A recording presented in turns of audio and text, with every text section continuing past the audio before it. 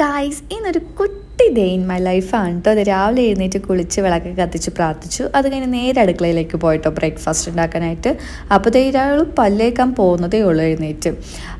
ഇന്ന് തിരുവാതിര കൂടിയാണ് കേട്ടോ. ഞാൻ നോയമ്പൊക്കെ പിടിച്ചിട്ടുണ്ട്. അപ്പോൾ എനിക്ക് ഉപ്പുമാവാണ് ഉണ്ടാക്കിയത്. കറിയൊന്നും പ്രത്യേകിച്ച് ഉണ്ടാക്കിയില്ല, പഴം ഉണ്ടായിരുന്നു. അപ്പോൾ പഴം കൂട്ടി ഉപ്പുമാവ് കഴിച്ചു. പിന്നെ കുട്ടൂന് ഉപ്പുമാവ് കണ്ണി കണ്ടുകൂടാ, അതുകൊണ്ട് വേറെ ബ്രേക്ക്ഫാസ്റ്റ് ഉണ്ടാക്കി. ചപ്പാത്തിയും കടലക്കറി ഉണ്ടാക്കിയായിരുന്നു.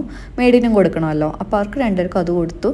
അത് കഴിഞ്ഞ് ഉച്ചത്തേക്ക് ഞാൻ പുഴുക്കുണ്ടാക്കി. നാട്ടിലാണെങ്കിൽ അമ്മ ഉണ്ടാക്കണത് കഴിച്ചിരുന്നാൽ മതിയായിരുന്നു. പിന്നെ ഇവിടെ വന്നപ്പോൾ കൈ കിട്ടിയ സാധനങ്ങൾ വെച്ചിട്ട് അങ്ങ് പുഴുക്കുണ്ടാക്കി കഴിച്ചു.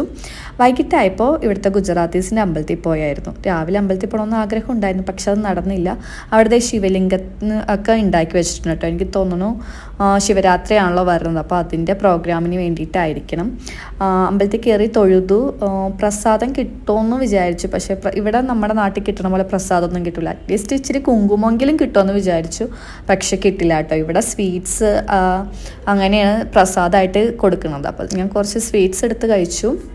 അത് കഴിഞ്ഞ് ഇവിടെ സ്വീറ്റ്സ് ഉണ്ടാക്കി വിൽക്കുന്നുണ്ട്.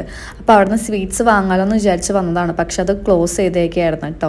പിന്നെ വേറെ ഏതെങ്കിലും ദിവസം വന്നിട്ട് വാങ്ങാലോ എന്ന് വിചാരിച്ചു. പിന്നെ ഈ അമ്പലത്തിൻ്റെ ഓപ്പോസിറ്റ് തന്നെ വേറൊരു അമ്പലം കൂടി വരുന്നുണ്ട്. അപ്പോൾ നമ്മൾ ആ അമ്പലത്തിലും കൂടി പോയി ഒന്ന് തൊഴുതിട്ട് പോകാമെന്ന് വിചാരിച്ച് അങ്ങോട്ടേക്കും പോയി.